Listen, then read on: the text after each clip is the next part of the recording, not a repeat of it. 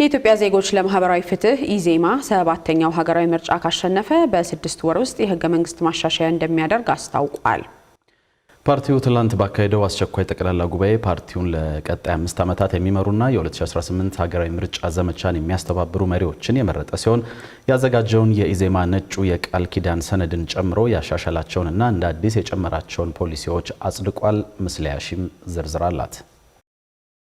የኢትዮጵያ ዜጎች ለማህበራዊ ፍትህ ኢዜማ በትላንትናው ዕለት ባካሄደው አስቸኳይ ስብሰባ የቀድሞ የፓርቲውን መሪ ፕሮፌሰር ብርሃኑ ነጋንና ምክትላቸው ዮሐንስ መኮንንን በክብር የሸኘ ሲሆን በምትካቸው ኢዮብ መሳፍንትን የፓርቲው መሪ እንዲሁም ንጋቱ ወልዴን ምትክ መሪ በማድረግ መርጧል። በፓርቲው መተዳደሪያ ደንብ መሰረት ተመራጭ መሪዎች ለአንድ የመንግስት የስልጣን ዘመን ማለትም ለ5 ዓመታት የሚያገለግሉ ይሆናል። በዚህ መድረክ ላይ ንግግር ያደረጉት የቀድሞው የፓርቲው መሪ ፕሮፌሰር ብርሃኑ ነጋ እንዲህ አይነቱ የስልጣን ሽግግር የዲሞክራሲ ባህልን ለማዳበር ያግዛል ያሉ ሲሆን አሁን ባለው ነባራዊ ሁኔታ የኢትዮጵያን ሰላም ለማስጠበቅ የፖለቲካ ፓርቲዎች ሚና ከፍተኛ መሆኑን ተናግረዋል። ሰላማዊ መንገድ በመከባበር ይህን ድርጅት ወደፊት ይዘው መሄድ የሚችሉ ብቁ ወጣት አመራሮች ተመርጠዋል። የኢዜማ ጉባኤ ተሳታፊዎችም ይህንን አይነት ውሳኔ በመወሰናችሁ በጣም አመሰግናለሁ። ተመራጮቹ ከፍተኛ ኃላፊነት ነው የተሰጣቸው። በጣም አደገኛ ዘመን ላይ ያለነው ክፉ ጊዜ ነው። በዓለም ደረጃ ያለው ሁኔታ መጥፎ ነው። ሀገራችንም በቶሎ ጠንቀቅ ብለን ካልያዝናት ችግር ውስጥ ልትገባ ትችላለች እና ያንን ደግሞ ማድረግ የሚችሉት የፖለቲካ ኃይሎች ናቸው። ከመሪዎቹ ምርጫ ጎን ለጎን ጉባኤው ለ2018 ምርጫ ያዘጋጀውን የኢዜማ ነጩ የቃል ኪዳን ሰነድ ጨምሮ ያሻሻላቸውንና እንደ አዲስ የጨመራቸውን ፖሊሲዎች አጽድቋል። በጉባኤው የ7ኛው ጠቅላላ ምርጫ ማኒፌስቶን ያስተዋወቀው ኢዜማ በቀጣይ የሚመራባቸውን 50 ፖሊሲዎችንም ለአባላቱ ይፋ ያደረገ ሲሆን ፖሊሲዎቹ በተለይም በሀገረ መንግስት ግንባታ፣ በብሔራዊ ጥቅም ልማትና ኢኮኖሚ እንዲሁም በአካታችነትና ሌሎች ጉዳዮች ላይ የሚያተኩሩ መሆናቸው ተገልጿል። በ10 ምዕራፎች የተከፈለው ይህ የቃል ኪዳን ሰነድ ቀደም ሲል የነበሩትን 42 የፖሊሲ አማራጮች በማሻሻልና 8 አዳዲስ ፖሊሲዎችን በማካተት በአጠቃላይ 50 የፖሊሲ አማራጮችን የያዘ መሆኑን የፓርቲው ማኒፌስቶ ዝግጅት ኮሚቴ አባል የሆኑት ተስፋ በላይነህ ተናግረዋል። በእኛ እምነት ሀገረ መንግስት ግንባታው አልተጠናቀቀም ብለን ነው የምናምነው። ይህንም ለማጠናቀቅ የሚሄደውም ሂደት የተሳካ አይደለም።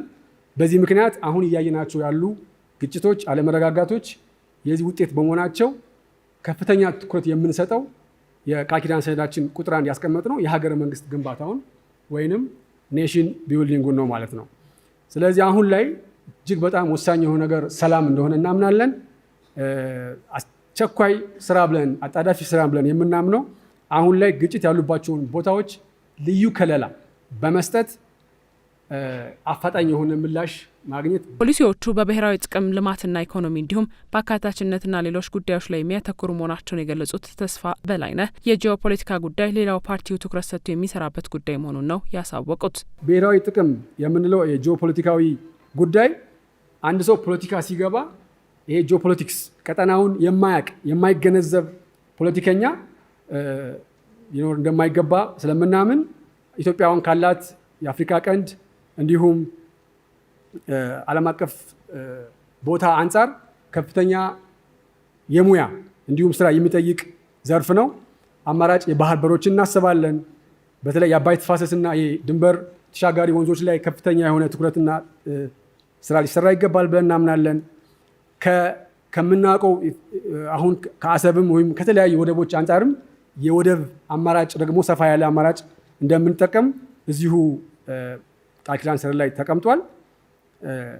በተቻለ መጠን ፖለቲካ ውስጥ እስካለን ድረስ የጂኦፖለቲካ የሚባለው ጉዳይ በጣም ውስብስብ፣ በጣም ከፍተኛ የሆነ ትኩረት የሚገባው ከሀገረ መንግስት ግንባታው እኩል ልናስበው የሚገባ ነገር ነው።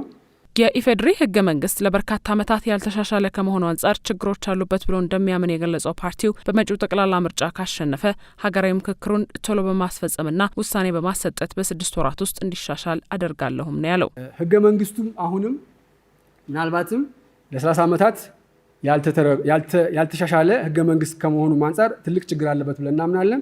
ስለዚህ ሀገራዊ ምክክሩን ቶሎ በማስፈጸም ውሳኔ በማሰጠት በ6 ወር ውስጥ የህገ መንግስት ማሻሻያ ኮሚቴ ወይም ኮሚሽን በማቋቋም ህገ መንግስቱ እንዲሻሻል ጥሪ እናቀርባለን።